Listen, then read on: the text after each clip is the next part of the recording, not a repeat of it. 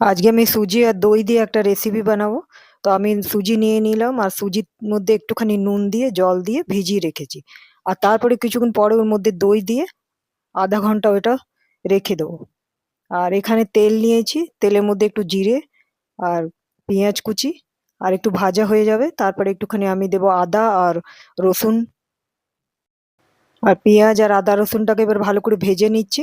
আর তারপরে এবার দিয়ে দিলাম টমেটোর কুচি। আর ওটার মধ্যে দিয়েছি হলুদ গুঁড়ো, ধনে গুঁড়ো আর জিরে গুঁড়ো। আর একটু দিয়ে দেবো নুন। ফির এটাকে ভালো করে ভেজে নেব।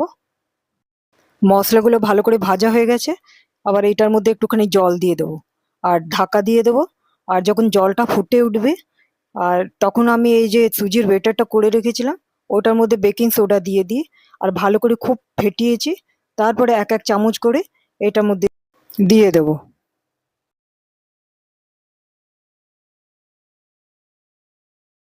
এরকম করে দূরে দূরে এক এক চামচ করে দিয়ে তারপরে এটা কিছুক্ষণ ঢাকা দিয়ে দাও।